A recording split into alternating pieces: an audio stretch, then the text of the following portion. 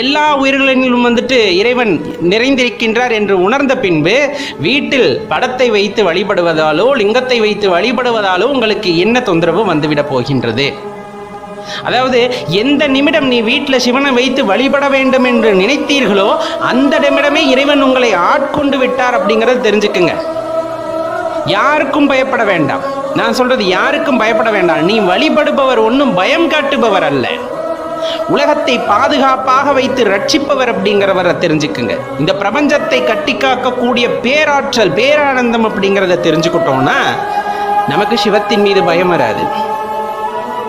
அந்த பயம் இல்லாத போது சிவத்தை முழுமையாக உணர முடியும். நிறைய விஷயங்கள் இருக்கு, நம்ம தேட தேடதான் அதற்கான விடைகள் கிடைக்கப்படுகின்றன.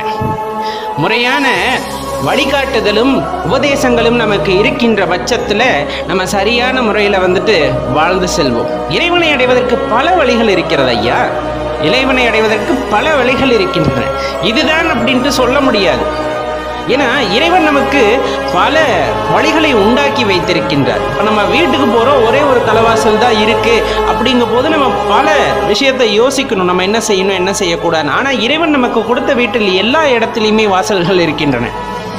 எப்படி வேணாலும் அவரை அடையலாம்.